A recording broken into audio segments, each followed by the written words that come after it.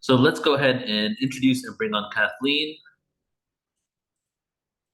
Kathleen Koval has a doctoral degree in educational psychology with a specialization in transpersonal psychology and a master's degree in psychological counseling. Over the years, Kathleen has studied philosophy, psychology, counseling, education, intuition development, energy healing, culturally diverse spiritual past, and the UFO UAP phenomena. Together with her husband for 13 years, they raised sheep and chickens. You taught her about the incredible intelligence of nature's creatures, and that at the deepest level, we're all truly one consciousness. For our pure energy presentations and intuitive guidance, Kathleen synthesizes her research and creates presentations she teaches at colleges, wellness centers, local venues, and on Zoom. She offers private intuitive guidance sessions with Holy Well Oracle card readings. And it's been a beautiful journey of us working together over the last couple of years, Kathleen, because from the moment I still remember the email you sent me with, and I sent you an email back, well, tell me all the topics you speak about. And the wide range of information there is completely in alignment with the full circle awareness of Portal to Ascension. So I always appreciate you having you on.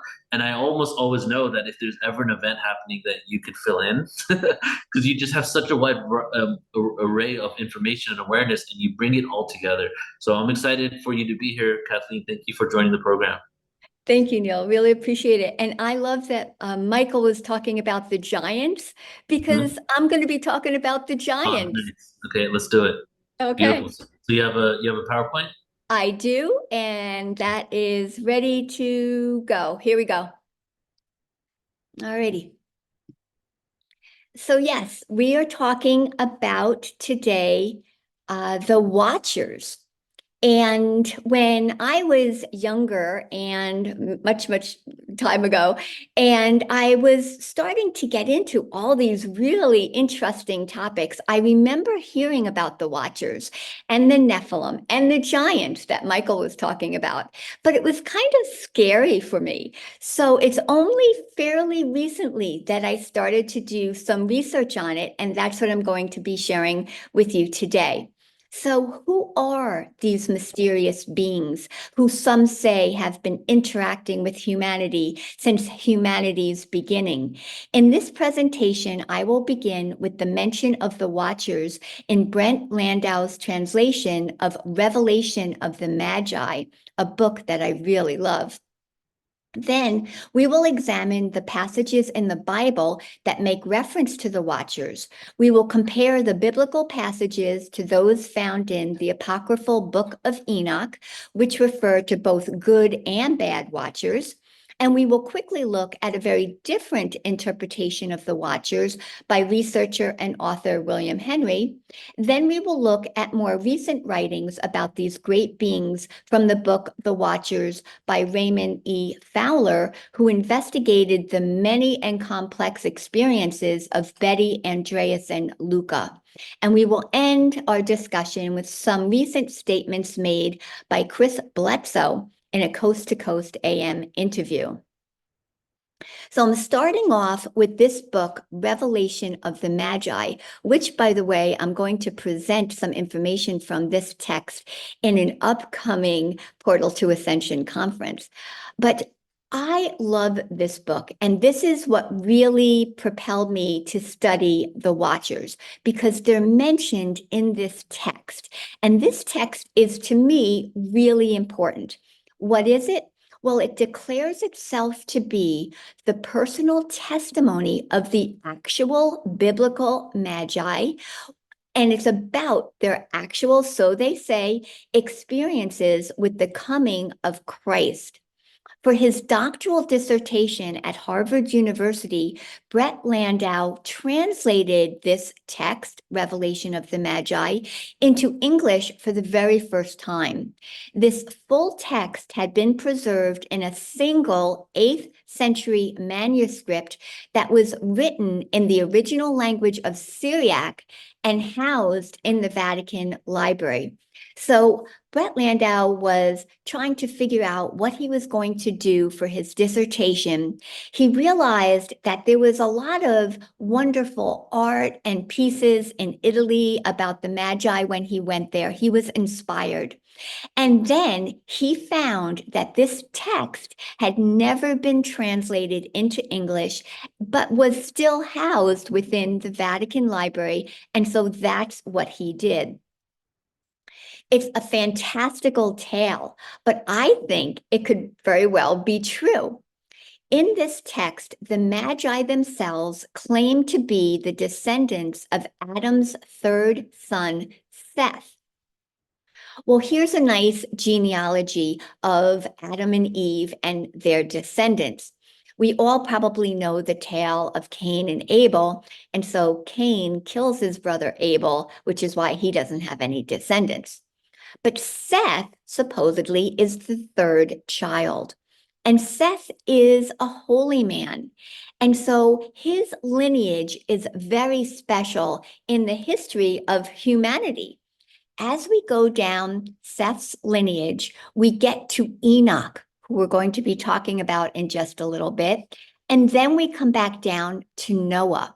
As you might remember, it's because Noah was also a holy person that he was saved from the flood that wiped out the rest of humanity. And we're going to be talking about what the Bible and the book of Enoch tell us about why that flood might have been sent. So let's go back to the revelation of the Magi. The Magi describe how Adam received a prophecy about the coming of a star that would signify the birth of God in human form. Adam revealed this prophecy to his son Seth, who wrote it down in a book. This prophecy was then passed down through the generations by Seth's lineage, and it eventually got to the Magi of the Bible. In expectation of the star's coming every month, this generation of the Magi, who were alive at the time of Christ's birth, immersed themselves in a sacred spring. Then they ascended their country's most sacred mountain. They prayed to God in silence, which was a big deal at that time. And they entered a cave atop the mountain to read Seth's prophecies. Contained within this prophetic book is the story of the fall of Adam. And this is one of the things that the Magi would read.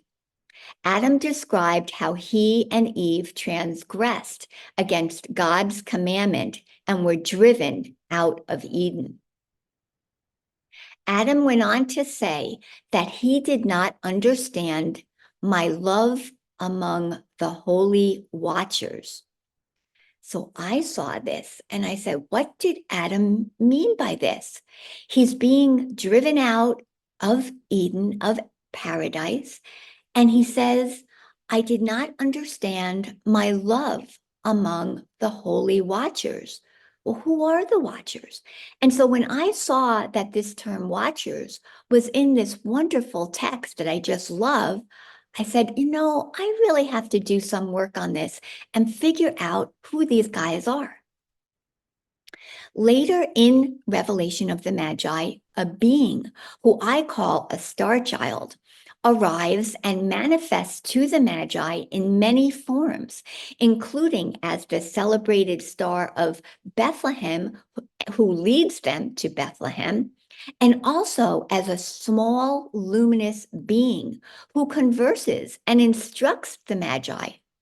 The star child tells the Magi that even the watchers and the angels are unable to speak about all of the amazing things that the Magi have witnessed, because these things were very great, even for them.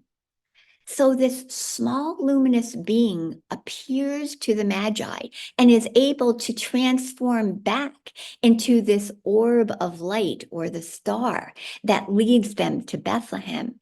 And this being tells the Magi that even the watchers can't even believe what are going on, and the angels as well.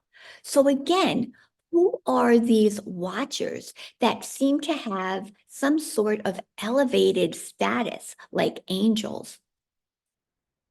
Well, whenever we do research, we want to, as best as we can, go to the original source material. A lot of people talk about the Watchers, but it's kind of like a telephone game. I mean, somebody will say something and somebody will say something, and what's the original source of it? So, as much as possible, when you do research, you want to go to the original source material. So, let's go back to the Bible. Now, the problem here, though, is that you could say the Bible could be original source material, but there's many translations of the Bible. And I'm going to share a couple of these different translations because you will see as we go through my presentation that understanding the Watchers is kind of difficult. It's not easy. It's very confusing. And even if you go back to some of this original source material, it's still confusing. So let's begin. Genesis does not mention the term Watchers.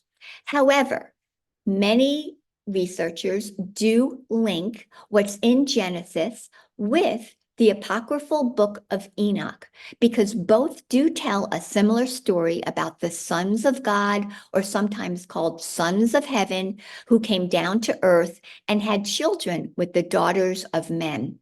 In the book of Enoch, it says specifically that the children are the Nephilim, often translated as the giants. Most translations of Genesis just say that the Nephilim were on earth in those days and also afterward. In many translations of Genesis, it is unclear if the Nephilim, who are the giants, are the children of the sons of God and the daughters of men, or are just on earth when all this is happening. I'm going to share some exact passages so you know what I'm talking about. Some translations of Genesis say that the children of the sons of God and the daughters of men were the heroes of old, men of renown. But some translations are less clear. Is it the children that are the heroes, or are the Nephilim the heroes? Because they're also on earth at that time. See, this is all very confusing, and we'll try to sort through it, but it's still going to stay a little confusing. But I do want to note that nowhere does it say that the Nephilim are the fallen angels, because I've heard that before in our culture. Oh, the Nephilim and the fallen angels, they're the same thing. No, no, no, no, no. If anything, the Nephilim are the children, and you could say the fallen angels are the sons of God. Now, not necessarily, but the closest link would be sons of heaven or sons of God could be linked to fallen angels, and Nephilim would be the giants and potentially the children. All right, I know that's all confusing. Let's keep going. So let's read from the King James Version of the Bible and go to Genesis. And in chapter 6, it says, "And it came to pass when men began to multiply on the face of the earth, and daughters were born unto them, that the sons of God saw that the daughters of men, that they were fair, and they took them wives of all which they chose. And the Lord said, My spirit shall not always strive with man, for that he also is flesh, yet his days shall be 120 years. There were giants in the earth in those days, and also after that, when the sons of God came in unto the daughters of men, and they bare children to them, the same being mighty men which were of old, men of renown." So you see, there were giants in those days, but it's not clear if the giants are the children. Now, the sons of God came and had children with the daughters of men, but is it the giants? Are they the children? Here it's not clear. They were on earth then. And then who exactly is the same? Are we talking about the giants, or are we talking about the children? So who became the mighty men of old, the men of renown? Well, I think in the King James Version, it's very unclear. Let's go to the New International Version of the exact same chapter. When human beings began to increase in number on the earth and daughters were born to them, the sons of God saw that the daughters of humans were beautiful, and they married any of them they chose. I'll not go to the next passage. It's not as important for our discussion. The Nephilim were on earth in those days and also afterward, when the sons of God went to the daughters of humans and had children by them. They were the heroes of old, men of renown. So again, the Nephilim were on earth, but it doesn't link that the Nephilim are definitely the children. And who is they?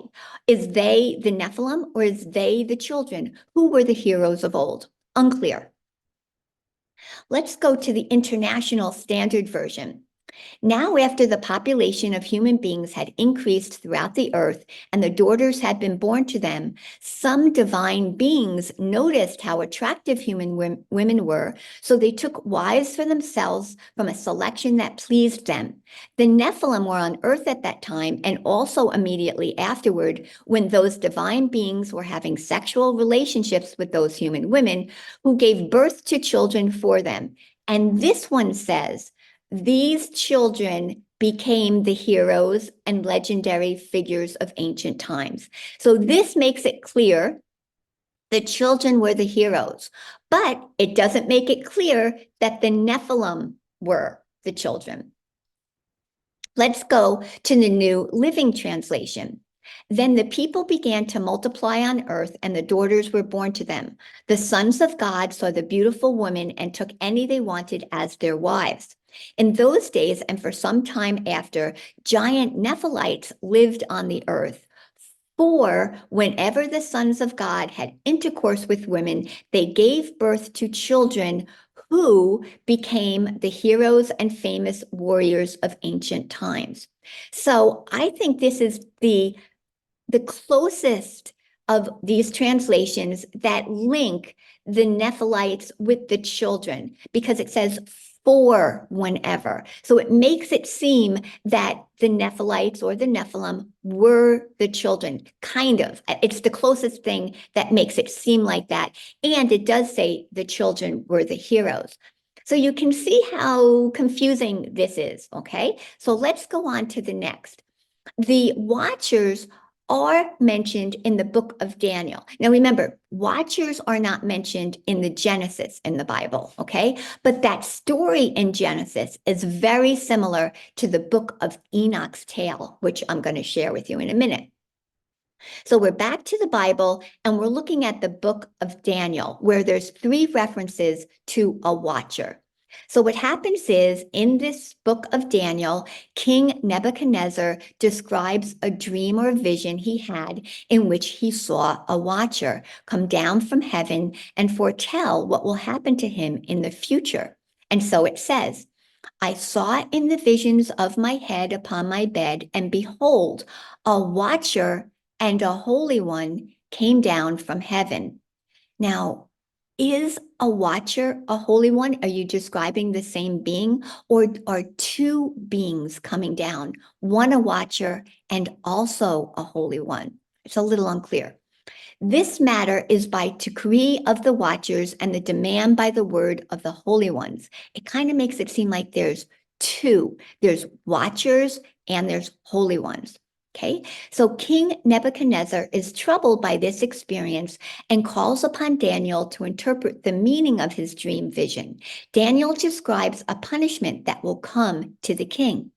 And whereas the king saw a watcher and a holy one coming down from heaven and saying, hew the tree down and destroy it, yet leave the stump of the roots thereof in the earth, even with a band of iron and brass, in the tender grass of the field, and let it be wet with the dew of heaven, and let his portion be with the beasts of the field till 7 times pass over him.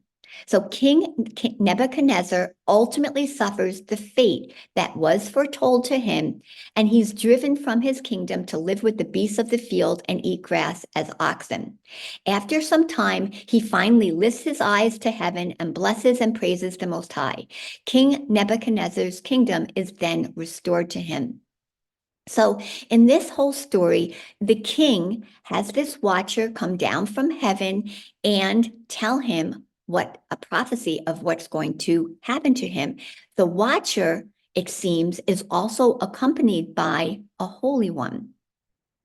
So let's go to now the book of Enoch, where I think our culture mostly gets its information about the watchers.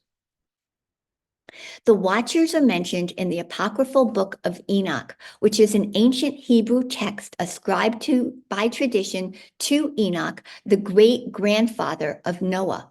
The book of Enoch refers to both good and bad watchers. So here's the genealogy again. You've got Adam and Eve, you've got Cain and Abel. Cain killed Abel, so he doesn't have any children. And then you have Seth, as I mentioned before.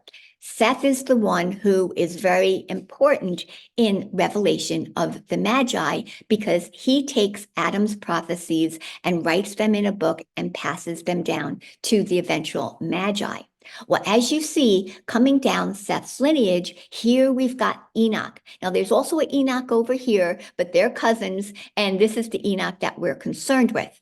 In the book of Genesis, it does say that Enoch lived 365 years before he was taken by God. The text actually reads that Enoch walked with God and he was no more, for God took him. So something special happened to Enoch.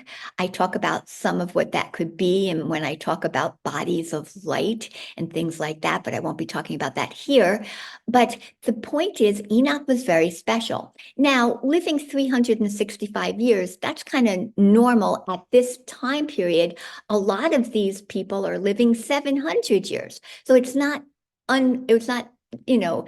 out of the ordinary that he would live that long, but it does say he didn't die, that he was taken by God. He's a special person. So I'm going to be using the book of Enoch that was translated by the Ethiopic by the Reverend George H. Shad. Now, this is actually found online if you ever want to go and download it for yourself. It's free. Contained in the book of Enoch, there's actually other books. So the book is made of books, okay? We might say chapters, but they are called books. So we've got what we're going to be talking about, book 1, the Watchers. Then we've got the parables and a book on astronomy and dreams and the Epistle of Enoch. It is believed that the book of Enoch was written by multiple authors between 166 BC and 100 AD, but I've seen other dates thrown around as well, like between 300 BC and 300 AD. So it's an old text, probably written BC, okay, that's most likely, but we don't know exactly when it was written. It is likely that it was written by multiple authors, though. There's different feelings about in the book, okay? So we think it's like multiple authors, but it was banned by Christian leaders at the end of the 4th century. So it was believed, before that time, but then it was banned. But thankfully, a copy was discovered in Ethiopia in 1773, and that's what we have now. So in the book of Enoch, when it talks about the watchers in book 1, it says, and watch how very similar this is to Genesis, okay? So it says, and it came to pass after the children of men had increased in those days, beautiful and comely daughters were born to them.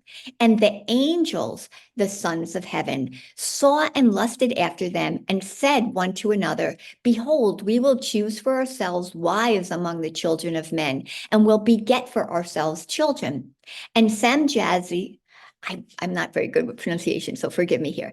And Samjaza, who was their leader, said to them, I fear that perhaps you will not be willing to do this deed, and I alone shall suffer for this great sin. Then all answered him and said, we will all swear an oath and bind ourselves mutually by a curse that we will not give up this plan, but will make this plan a deed. So then they all swore together and bound themselves mutually by a curse, and together they were 200. They descended on Ardis, which is the summit of Mount Hermon, and they called it Mount Hermon because they had sworn on it and bound themselves mutually by a curse.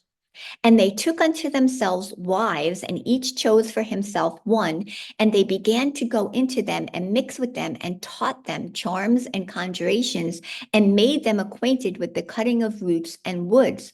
And they became pregnant and brought forth great giants whose stature was 3,000 ells.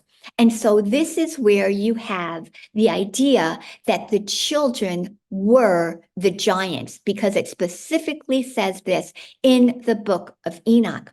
And this is what Michael Tellinger was talking about, the stature of these beings. Now, they were 3,000 ells. So what is an ell?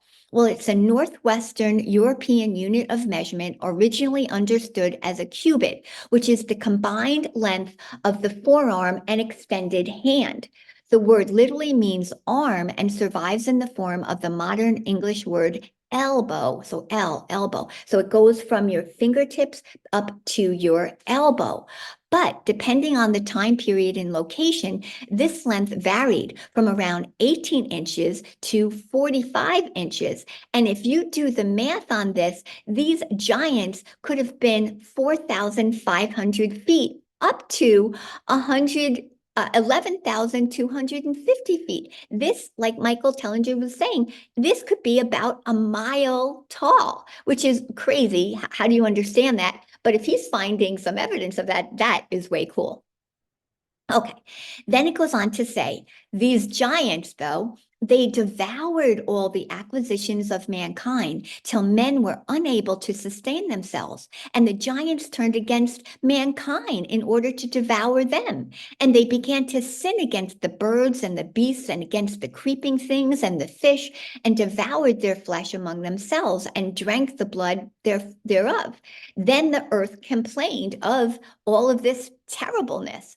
Then Michael and Gabriel and Serjan and Urjan, who are known as the angels, looked down from heaven and saw the great amount of blood which had been spilled upon the earth and all the wickedness which had been committed over the earth.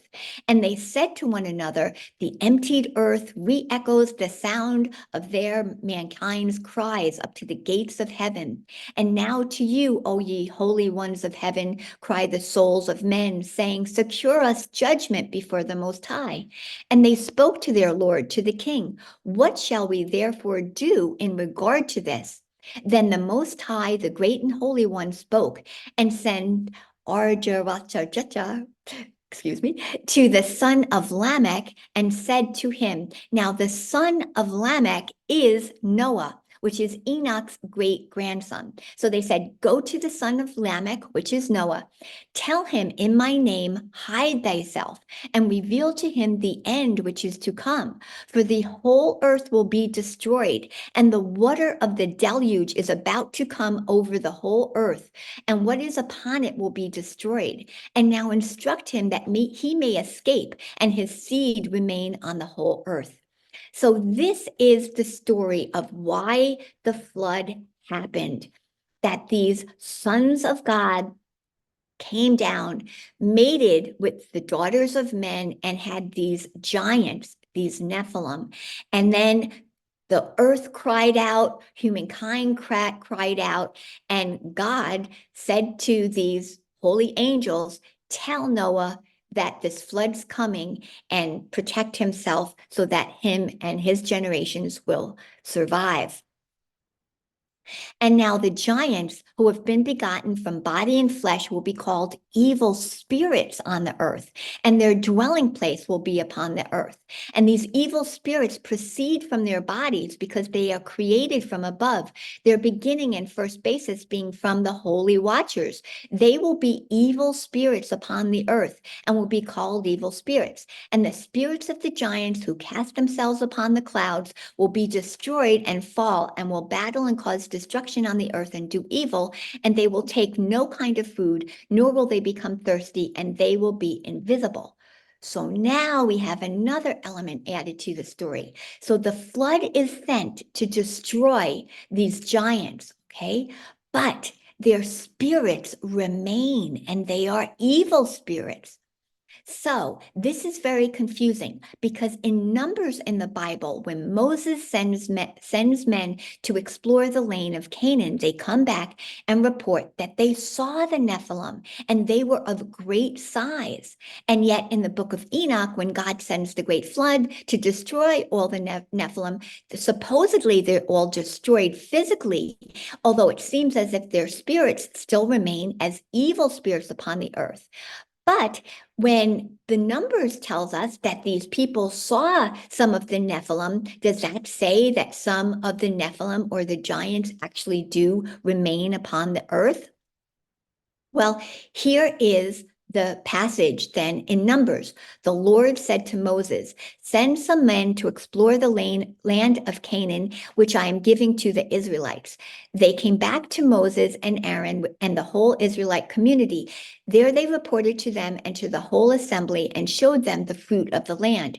And they spread among the Israelites a bad report about the land they had explored. They said, the land we explored devours those living in it. All the people we saw there are of great size. We saw the Nephilim there. The descendants of Anak come from the Nephilim. We seemed like grasshoppers in our own eyes, and we looked the same to them. So comparing their size as grasshoppers to these great Nephilim.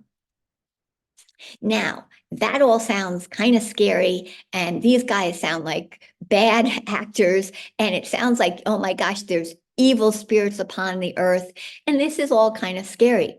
So I do want to share briefly author and researcher William Henry's take on this. This is from his Lost Secrets of the Watchers book, Ascension, Resurrection, and Perfection. According to William Henry, this is a completely different take on this, okay? The Watchers are a holy race who came to earth to instruct humans in the craft of perfecting the human body and transforming it into the body of angels, this body of light. This interpretation of the Watchers sharing their divine knowledge of the spiritual power of humanity changes the traditional perception of the Watchers. The Watchers may have been labeled fallen in order to cover up or protect their powerful secrets. The church demonized the Watchers and then severed the connection to them by declaring the texts that describe the Holy Ones and the Nephilim as heresy. Remember I said these books were banned by the early church fathers, okay, the Book of Enoch. William Henry also states that his theory is that because the Watchers were unable to ascend, they genetically altered the human body as an ascension vehicle and then used it to lift themselves off the earth. Wow, this is really a different kind of perception of the Watchers. So let's weave that in because I kind of like it a lot better. Now, let's bring it up to date. Let's go to the Andreasen Affair, which is a series of books that were written by Raymond E. Fowler about the incredible experiences of Betty Andreasen. And then she eventually gets married, and her name now is Betty Andreasen Luca. But at the time when Raymond Fowler first starts to interview her, her name is Betty Andreasen, which is why it's called the Andreasen Affair. On the evening of January 25th, 1967, in South Ashburnham, Massachusetts, Betty Andreasen was at home with her 7 children and her parents who were visiting because her first husband was in the hospital due to a car accident. Suddenly, the lights went out in her home. Her father looked out the back window, attracted by a reddish-orange light. He saw several little creatures which he thought looked like children in Halloween costumes. The next morning, Betty had a strange feeling that something out of the ordinary had happened. Over the next few weeks, she had flashbacks of humanoid creatures and an otherworldly experience. But it was not until 1977, when she underwent some hypnosis sessions, that the story began to unfold. And it was after that that Raymond Fowler began to talk to her. This is a drawing. One of the great things about these books is that Betty is an artist and she drew so many of the experiences that she had. This is one of her pieces of a drawing that she said, this is how the entities came through the closed kitchen door. They moved in a jerky motion, leaving a vapory image behind. So to continue with her story, soon after, the lights went out, she's home with the parents. Soon after, her father saw creatures and they entered the house. Soon after her father saw the creatures, which he saw outside, it seemed like the rest of the family was put in some kind of suspended animation, or just kind of their consciousness was closed off. And only Betty experienced this part. So she saw these creatures enter through the door.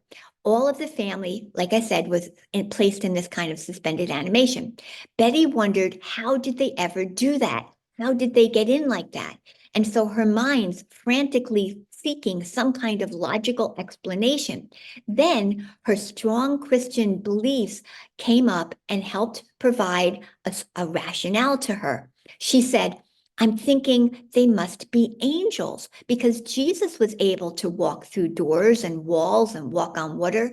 They must be angels. And scripture kept coming into my mind where it says, entertain the stranger, for it may be angels unaware.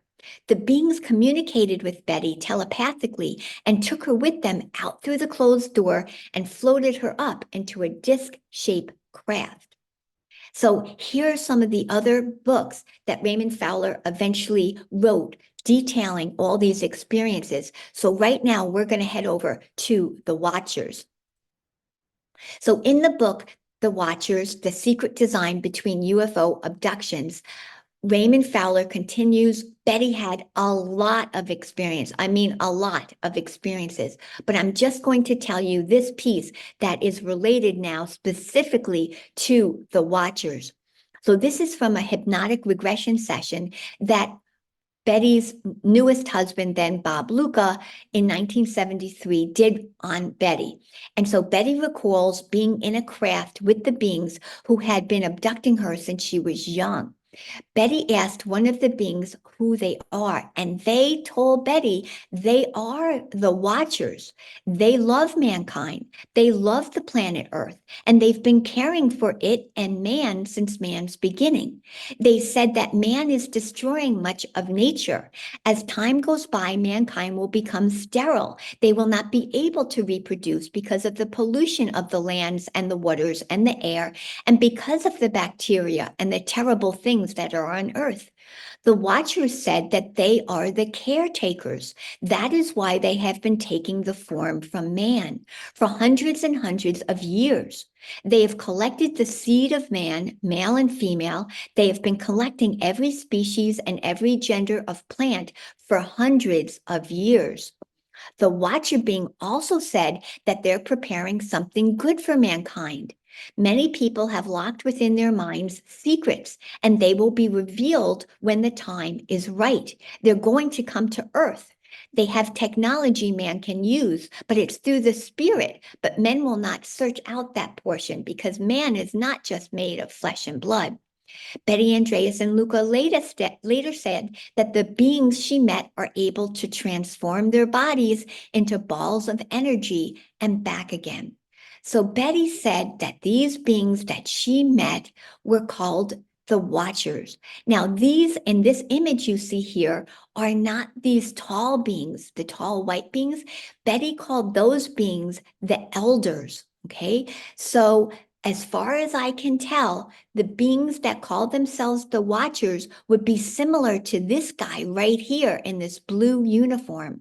And there's other beings that look like him, but some of them are less empathic, less have feelings. There's little baby ones running around in some of her experiences. So this is the guy that I think is closer to who identifies who is the Watcher. And these beings, boy, they could also be called angels, couldn't they? Look at them, all in white like that. But Betty would call them the elders. So Betty wrote her own book with the help of her husband because her husband had experiences too. He was also taken and have experiences aboard craft as well. So they wrote their own book, A Lifting of the Veil. Sadly, she did pass away in 2022, but these books are quite a testament to her life experience. And then I'm going to end with another person on the scene right now, which is Christopher Bledsoe. He's had quite the story as well, and I'm only going to share a very small portion of it. His story, for our purposes, begins January 8th, 2007, when Chris and his oldest son, Chris Jr., and three of their work associates went down to the Cape Fear River in North Carolina to fish. Chris went off on his own and saw three large orange balls of liquid fire about the size of a school bus hovering close to the ground. Over 4 hours later, he returned to the other men and could not account for the time that had passed. He had no recollection of what had transpired during his missing time, but the following day, he realized he was miraculously healed of his Crohn's disease. Chris and his family have had many more unexplainable experiences over the years, but I'm going to share another major experience. It was Easter 2012 at 3 a.m. Chris was in bed asleep and he heard a loud voice proclaim, "Arise." He got up, got dressed, and was followed by three shadowy hooded beings outside to the backyard. Looking up at the trees, a hole opened up as if into another dimension. Chris felt a powerful wind and saw a large translucent bull gallop out of the hole. He was knocked to the ground. He rolled over onto his stomach and then pushed himself onto his knees to get up. But still, while on his knees, he looked up and saw a beautiful lady above him floating about 3 feet off the ground. She was about 4 to 5 feet tall with blonde translucent hair and bright blue eyes. Her sparkling dress was white and looked Roman. Her feet were bare. She was glowing with a bluish white light. The lady encouraged Chris to start sharing his story in a bigger way to the public. She said, "I will help you with witnesses, photos, and videos." And per Chris, the lady said, "There's going to be trouble coming, and we're going to wake the people up. We're going to let you do it. We're going to use you.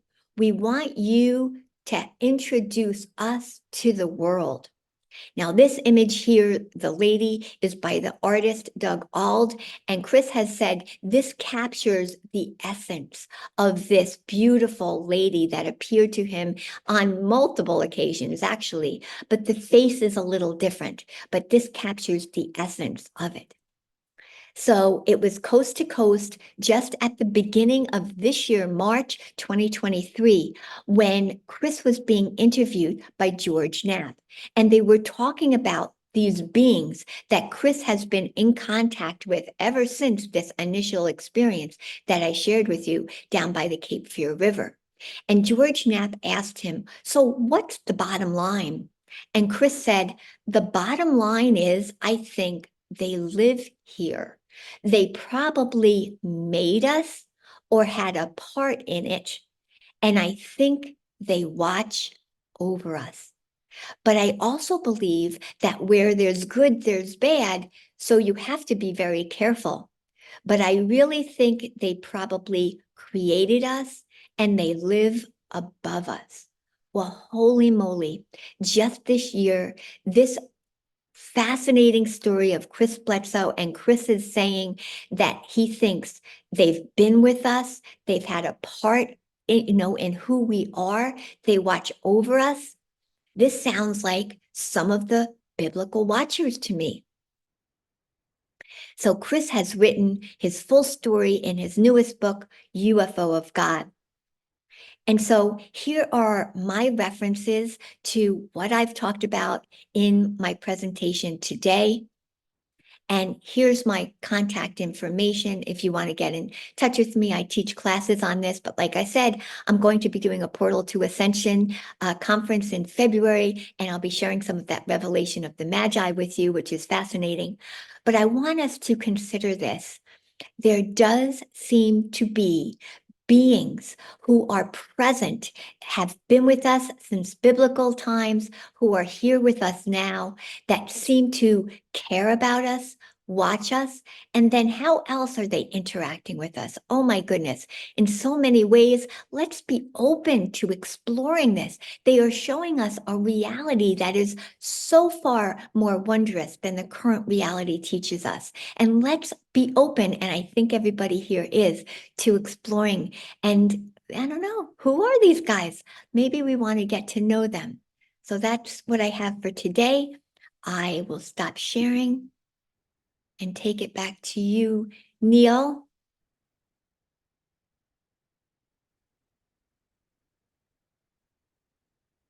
Hi. Okay. Now I'm filling in for Neil, and I'm Oh, so okay. Hi, happy. Alan. Hi. Have you seen? Have I seen you around the UFO Yes. scene? Yep. Mhm.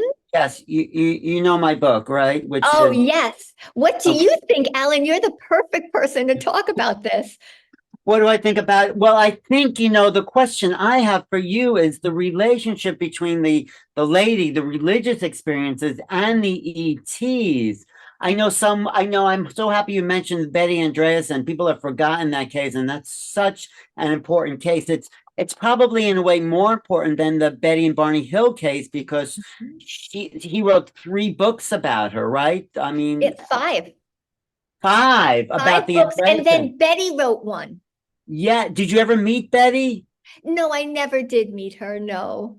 So what I think is they're definitely talking to us on another level of consciousness, and this there's a very blurry line between ETs and these spiritual figures because when the apparitions of Mary appear, there's this thing that comes around the sun that looks like it could be a UFO. So That's right. we uh, I don't know. I mean, Chris Bledsoe's a really great case, and he's such a great guy. Have you met Chris? No, I haven't met him, but I've watched like every time he does an interview because the pieces that he gives, the information, it's incredible. And the CIA is all over the Chris. Okay, I mean, they're down there all Hmm. waiting for a phenomenon to show up.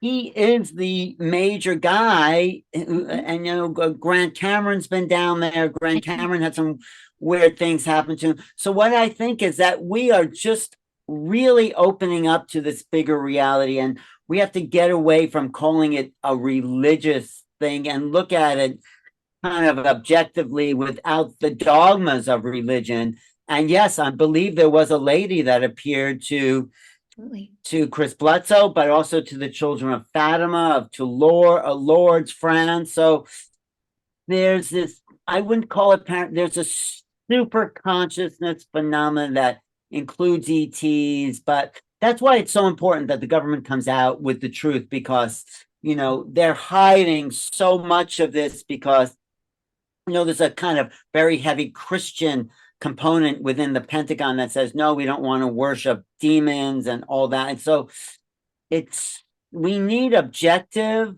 scientific, but also intuitive understandings of the phenomena so we can see what our place in the universe is. That's sort of why I wrote Making Contact, because it's not one thing. We can't sum it up and say, oh, it's this, it's extraterrestrials. No, it's interdimensional.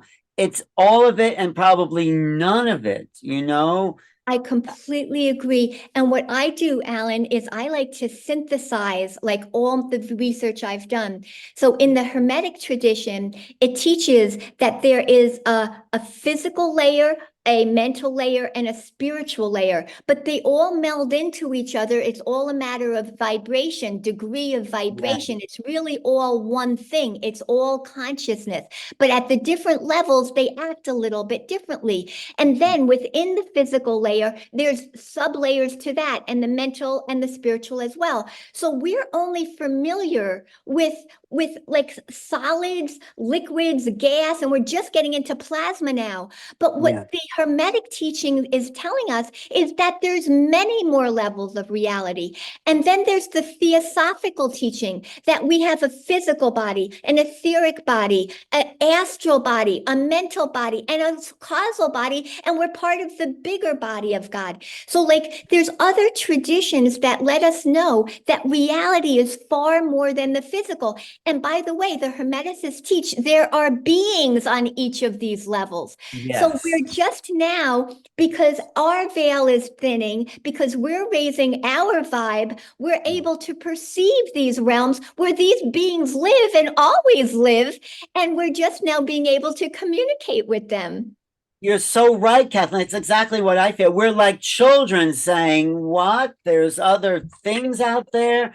And I also think we're coming to a point where we're overthrowing the archonic overlay. You know about the archons, right? Yes, right. About this negative force has been controlling the matrix, controlling our perception. And it's just my feeling, we're raising to a vibration where they can no longer direct and control us in the old ways. And there's still a lot of it going on. You know, they make wars and doing all that, but there's a little bit of a self-actualization on humans that are waking up to the fact that we can change the way things are happening on the planet. Yes. What do you?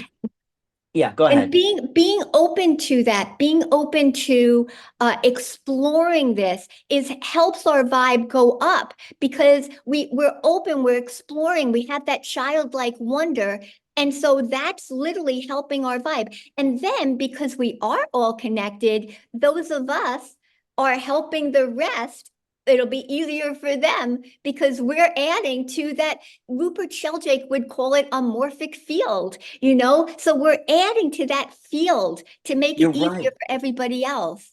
No, I totally agree with that too. You're right. We're adding to the morphic field, but it's been so hard in the past because there's been so much resistance within the field, but enough of us that come forward and say, well, of course there's other beings. It's actually changing the morphogenetic field. Like, the 144,000 or the 100th monkey effect, when enough people realize that we're not alone, that there's these other beings, at some point, everyone on the planet is going to say, well, of course, it's going to be self-evident. So that's right. All of us coming forward, actually changing the morphogenetic field. We're absolutely. Yeah. So and I don't have to, you asked me about like, oh, the bad guys, keeping us down. I don't even have to go that route, Alan, because for me, everything is like time is like this cyclic thing. And so, now we know when you and I were young, I would say this all the time. When I was young, there was the sun, and we were like, oh, we go around the sun. Wait a minute. Now the sun goes around the center of the galaxy, and it doesn't even go like this. It's like in some cool spiral kind of thing. And so we're never at the same place twice. And so I think literally as we move, we get different energies. We're aligned with different energies. And so it's kind of like the idea of the yugas. There's different time periods and different energies come over us, and the sun is giving us different energies. And so because of that, our consciousness is different. And so I don't think we need the idea that somebody's been keeping us down. You could almost say it just wasn't the right time. But now the energies are here. And so let's embrace them. And now the energies themselves are helping us. Right. That's why they talk about coming into the Aquarian age. Yes, that's exactly moving, it. And the Aquarian age has, elements of open-mindedness, of ET contact, of a broader perspective. So we're moving out of the Piscean age, which was kind of dogmatic, kind of in a way subservient, where leaders ruled. And now the Aquarian feeling is though there are no leaders, we're all leaders. It's a collective awakening, and all those elements that we're coming into as an age. I think we're starting to see that. I mean, look at the internet alone. We're all so connected to each other in ways we could not have dreamed of, 30 years ago. So so what's your background, first of all? How'd you come into all this? Well, I got a great background. I've had a million experiences. I have a master's in counseling, a doctorate in educational psychology. But when I was doing my master's degree, I realized I was intuitive.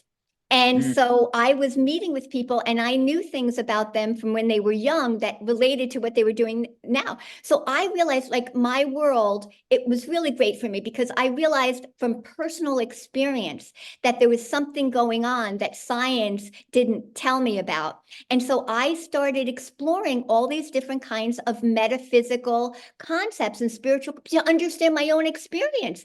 So right. because it was my own experience, I know the truth of it. Like I know there's more. I've had those experiences. So it's easier for me to, when I read things, to like go, oh, he had that experience too. Because I've had a Mm. whole bunch.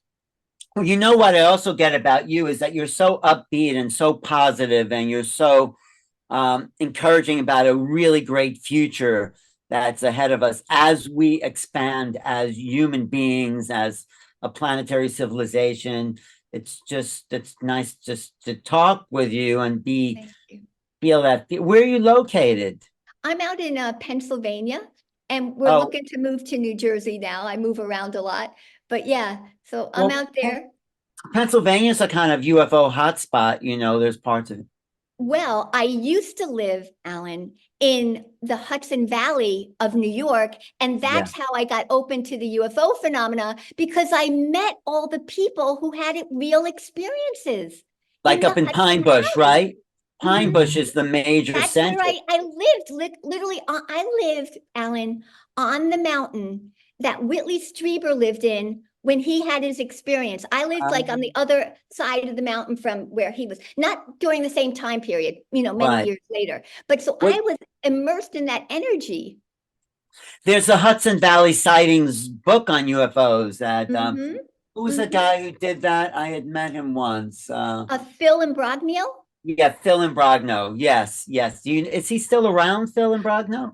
I went to lectures that he gave at the time, but I think he's still around. I just haven't followed up. Well, he wrote one of those books with J. Allen Hynek, He actually. sure did. He sure did. Yes, yeah. That's right.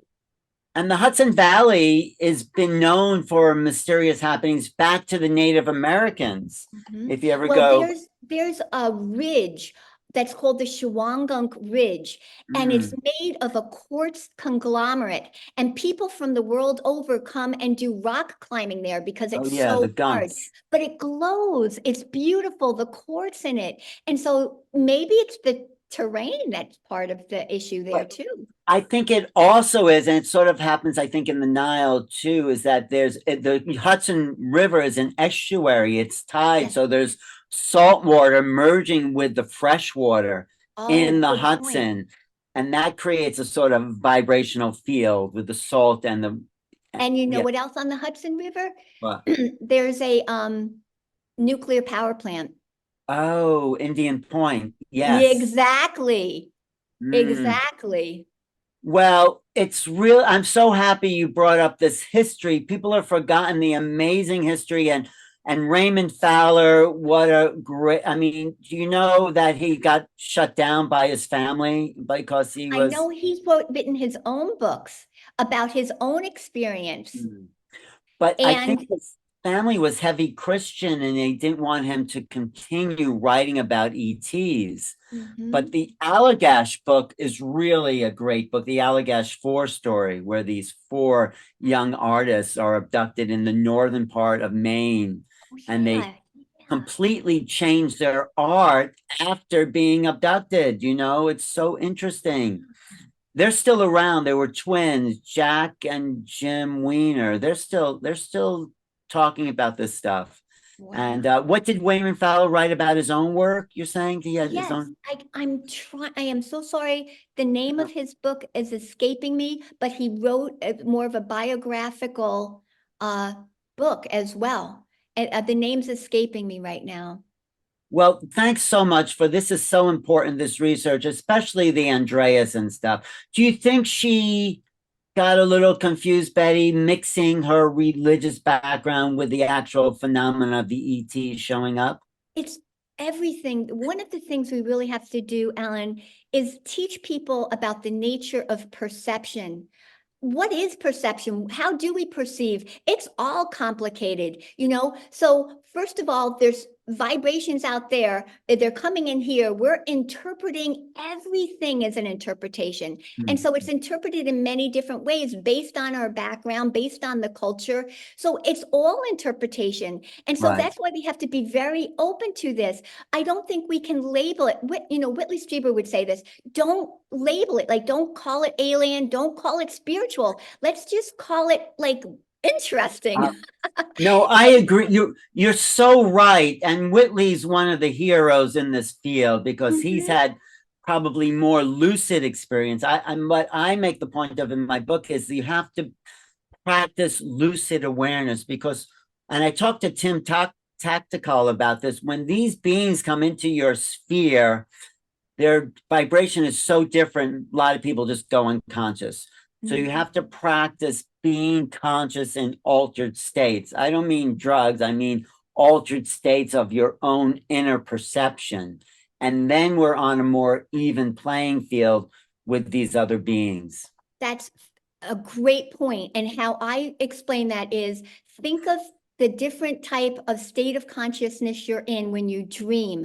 And when you wake up, you've got to keep a journal right next to your bed or you'll forget because you're in a different state of consciousness. So when you're interacting with these beings, your state of consciousness is different. And therefore, that's the veil.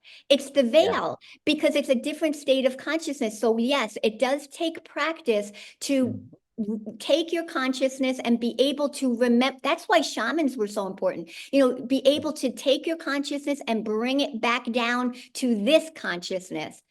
Yeah, no, I agree with you also because they don't want to enter into our physical world. It's too shocking for most people. So they enter into our world through the dream state, through our minds. They're able to get in and actually communicate with us in these altered dream states. So they might live there. I mean, they might live closer to that vibe. I think you're right. They live closer to that vibration of altered consciousness. That's why we have to practice lucid awareness. It comes down to that. Or just spiritual, raising yourself spiritually, because that's raising your vibe too. And as you raise your spiritual consciousness, you'll be able to perceive them better as well, I think. Thank you. Wow, Kathleen, we agree on so much in this analysis of this phenomena because it has that spiritual component. And stick around and hear Adam Apollo because he's going to even go deeper into merging those worlds, particularly with the science. I think he's going to talk about this and the deep conscious awareness. So let's stay in touch. You know, we're putting together a little galactic cruise, me and Neil and a bunch of people. So maybe you want to come on that and a bunch coming back in February for one of your conferences then. What is that you're coming back for? It's Ancient Judea. You're having an online conference on Ancient Judea or something like that. So I'm participating in that one too. Right, but next December we're doing a galactic cruise. So I'll let you. Everyone else we can let everyone else know online about this too. Thank you. We'll be in touch, and because there's more I want to talk to you about as far as Chris Bledsoe and everything that's going on there. And we're really moving into exciting times as the government starts to come closer to admitting, first of all, what they know and also what they don't know. If they can just say, look, let's not even call it ETs, like you said, let's just say there's something there. And as a collective civilization, we need to work together to understand it in our field. Oh, Marian Gray says, had not heard of Kathleen before. I'm so grateful to hear her. Well done. I love how this is combining the research and the history in the way we need to understand consciousness at this moment in an evolutionary historical way. Thank you, Marian. Thank you. And thank you, Kathleen, for your work. Have you written a book? Do you have a book? No, I teach classes, but I haven't written anything. Where do you teach classes? On Zoom. Okay, in far as like UFO history? Yeah, I've got a whole bunch of stuff. I do UFO history. Yep. Okay, where can we find that? You can go to my website and you can look up pure energy presentations and intuitive guidance in general, and that should come to me, pure energy presentations and intuitive guidance, or Kathleen B. Kovold, and you should be able to find me. So your website is KathleenBCobalt.com. You know it? No, it's so What's long and I forget it. all right, So just put it in the oh, chat. it is pureenergylady.wixsite.com/presentations. See, it's Oh, very long. after you get off, just put that in the Okay. chat for people to look at. And I thank you so much for confirming a lot of the things I suspected, was true. And hearing you speak, especially about the Andreasen affair and all that stuff, makes me say, oh yeah, maybe I'm on the right track there. So I Well, I appreciate love your work, Alan. I have been following you. I know you. it. Thank So you. Well, so cool to I talk to. let's talk, because I think this is the most exciting time in history where everything is shifting and changing, and we're starting to realize who we are as human beings. That's the key here. Mm-hmm. We're making contact with ourselves. So, Mm-hmm. Amen. okay. Okay. Thanks so much. Okay. Thank you all for listening to that amazing lecture there.